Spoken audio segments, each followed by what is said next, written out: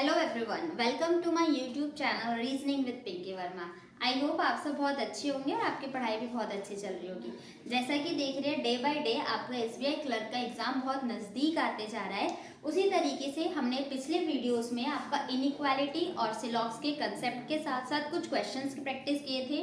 अभी हम miscellaneous portion पे बात कर रहे हैं। तो आज के सेशन में मैं आपके सामने कोडिंग डिकोडिंग से एक सेशन लेके आई हूँ, जिसमें हम बात करेंगे पर्टिकुलरली सब्स्टिट्यूशनल कोडिंग। आपने इसको दूसरे नाम से भी जानते होंगे, जिसको हम बोलते हैं चाइनीज कोडिंग, बट इसका रियल नेम देखें तो सब्स्टिट्यूशनल कोडिंग होता है। सब्स्टिट्यूट का मीनिंग ये होता है, इस मार्कर की जगह अगर मैं पेन यूज करूँ तो इस मार्कर का सब्स्टिट्यूट पेन हो जाएगा।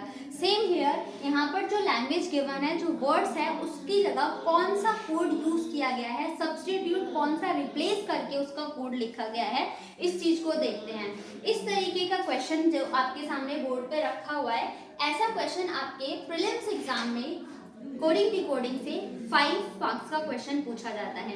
इंपॉर्टेंट सेगमेंट होता है।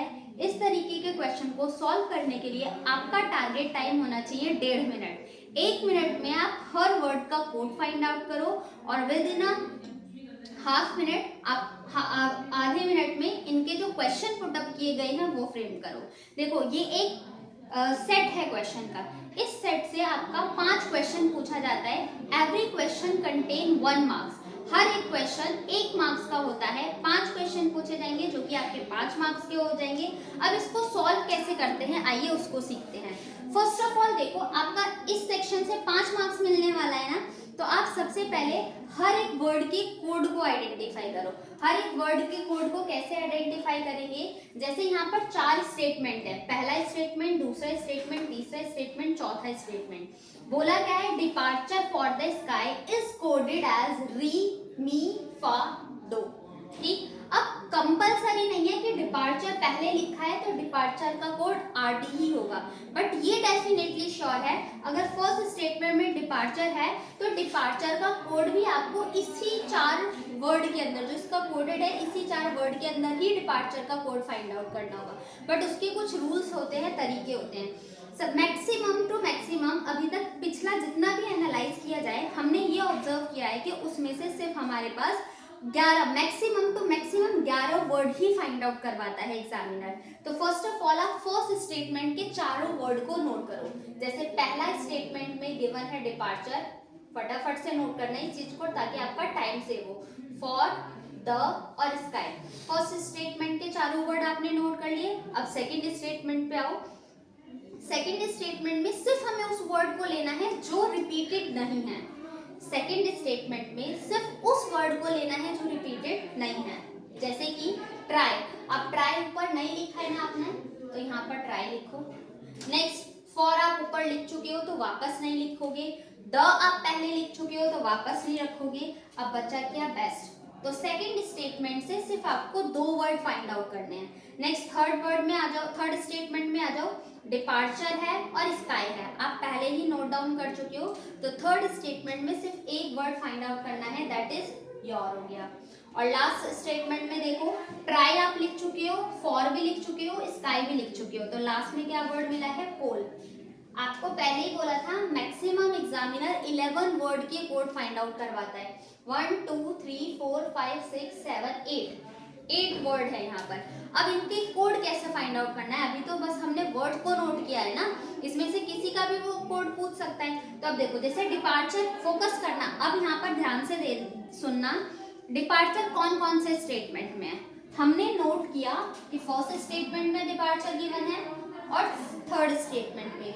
क्या फर्स्ट और थर्ड स्टेटमेंट में इस डिपार्चर के अलावा भी कोई और वर्ड प्रेजेंट है क्या, तो हमें दिख रहा है कौन कौन सा वर्ड, आपका स्काई भी प्रेजेंट है और यहाँ पर भी स्काई प्रेजेंट है।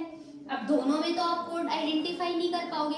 अब देखो कि क्या कहीं स्काई और जगह पे भी प्रेजेंट है क्या, तो हमने नोट किया फर्स्ट स्टेटमेंट में स्काई प्रेजेंट है, सेकंड स्टेटमेंट में स्काई प्रेजेंट है और थर्ड स्टेटमेंट में भी स्काई प्रेजेंट है। तो डिपार्चर का कोड फाइंड आउट करने से पहले हम इस स्काई का कोड फाइंड आउट करेंगे। अब ये देखो कि जो इनकी कोडेड, जो चाइनीज में लैंग्वेज गिवन है, इसको इस स्काई का कोड किस किस स्टेटमेंट में कॉमन आ रहा है। जैसे स्काई आपका फर्स्ट स्टेटमेंट में है, वो थर्ड में है और फोर्थ में है।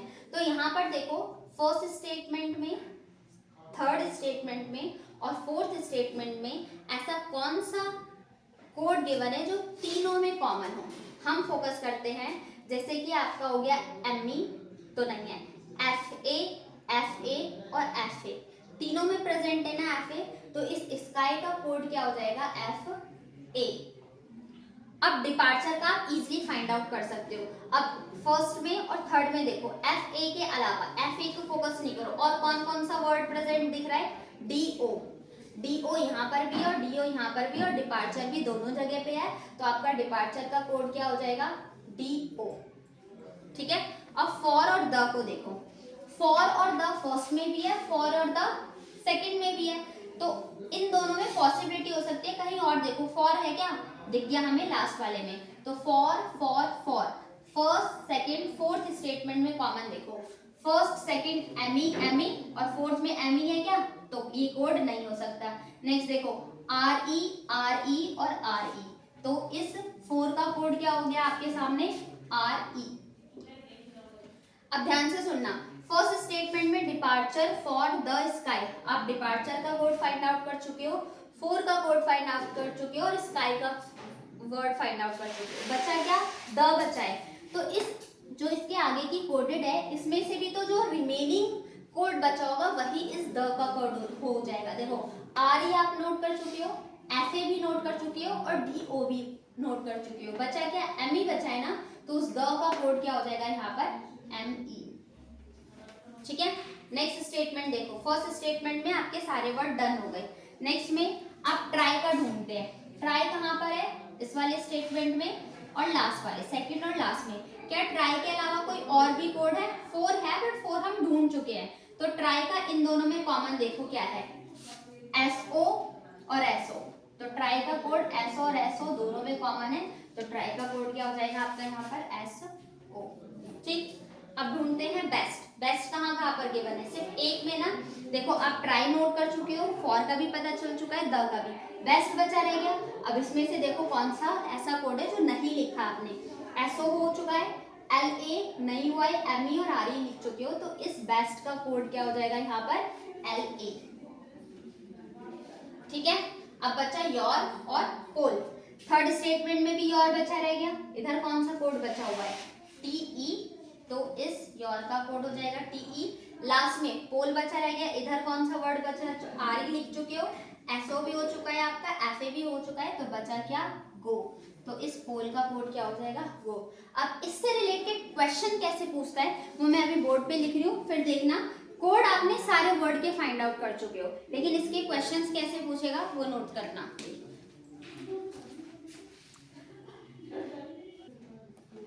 देखो जो अभी आपने सीरीज के किए थे, हर वर्ड के कोड फाइंड किए थे, वो अभी भी ऐसे लिखे हुए हैं। अब उस पर बेस्ड क्वेश्चन कैसे कैसे पूछे गए हैं।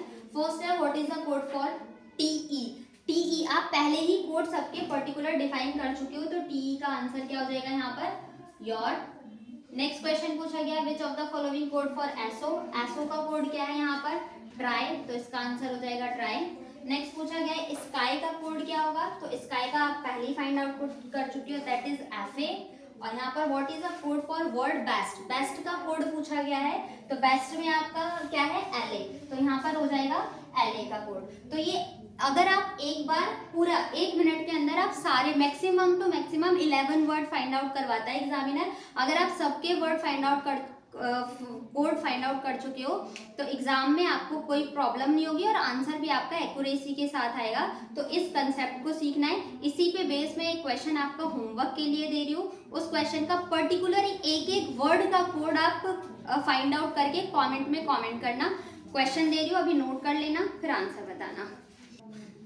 देखो ये क्वेश्चन है, इसमें पर्टिकुलरली एक एक वर्ड का फाइंड करोगे कोड और फिर उसको कमेंट में कमेंट करके देना। क्वेश्चन देख लो प्रॉपर तरीके से, मुझे एक एक बच्चे का आंसर चाहिए। अगर किसी बच्चे ने पहले आंसर कर दिया है फिर भी आपको आंसर देना है, आप पर्टिकुलरली अपना देखो टारगेट टाइम रखना है 1 मिनट सॉल्व करने के लिए, आधा मिनट आंसर मार्क करने के लिए। तो इसका सबका कोड फाइंड आउट करना है आपको 1 मिनट में, क्योंकि प्री में सिर्फ मेंस वो स्पीड कितनी अच्छी आ रही है सिर्फ इसी का इंपॉर्टेंस है। तो इस चीज को फोकस करना है कि 1 मिनट में आप क्वेश्चन अटेम्प्ट कर पाओ, और क्वेश्चन इस पर प्रैक्टिस करना। नेक्स्ट सेशन में किसी और टॉपिक पे बात करेंगे, या फिर इसी से रिलेटेड कुछ और क्वेश्चंस करा दूंगी। वीडियो आपको अच्छी लगी है तो वीडियो को लाइक करें, चैनल को सब्सक्राइब करें, और जितना हो सके वीडियो को मैक्सिमम टू मैक्सिमम शेयर करें। Thank you all of you.